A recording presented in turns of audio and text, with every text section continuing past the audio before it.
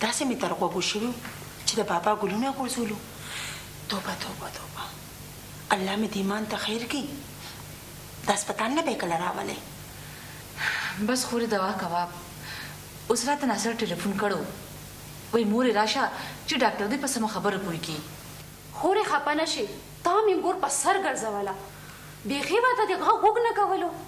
زما خو په ناصر زړه کباب شو، داسې سروالې بروالی ګرځي. خورې د انګور دې د هسپتال نه واپس کور ته راوله، په زیارتونو یې وګرځوه، ډاکټران پې اسم نه رسي. خورې بس دوا کوه چې په خوشحالو مې انګور خپل کور ته راشي. که تاسو خفه کېږئ نه نو زه به هسپتال ته ورشم. نه زه خورې ورشه، موږ به دې د مور سره کښېنو. مورې دوا کوه. زه ورځه بچی. اسلام خانه؟ جی سر. نور مریضان شته؟ سر مریضان خو ختم شو. که داسې به وکړي چې بهر به د ناصر خان مورجانه ناسته وي. جی سر. هغې ته آواز کړه.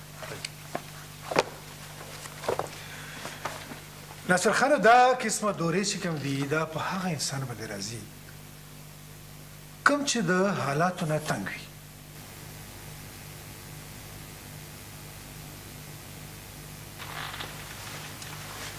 ډاکټر صاحب تاسو غواړئ؟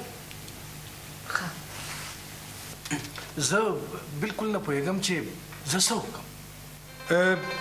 زه دې پوهیم. ګوره کوشش دا کوه چې د خپل کور ماحول بدل کړي.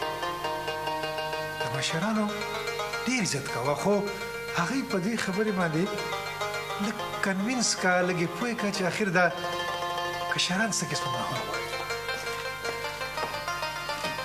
راځئ چې راځئ، په خیر راغلئ.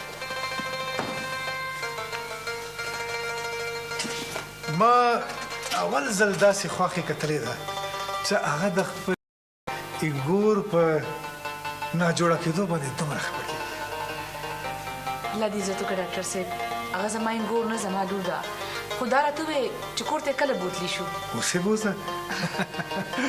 انګور دی جکه جوړه ده، د هغې علاج دوایي نه، خندا خوشحالي ده.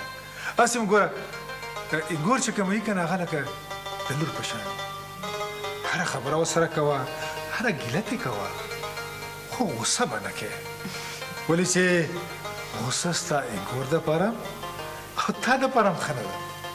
ډاکټر صاحب زما د زوی جونګړه د خدای چرې نه روانوي، خو دا راته ووایې چې هغه به څنګه ښه شي. د یو دوه خبرو به خیال ساته.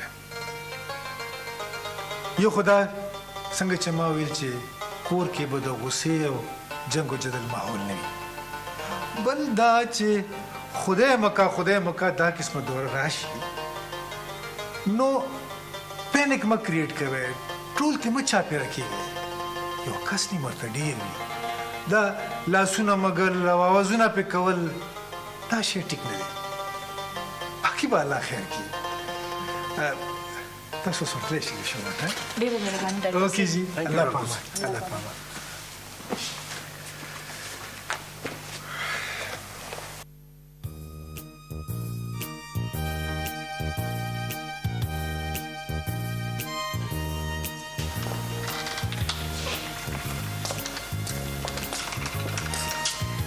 راشي بچي،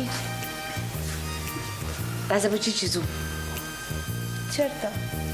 خپل کور ته که نه بچي؟ راځه. راځه بسم الله.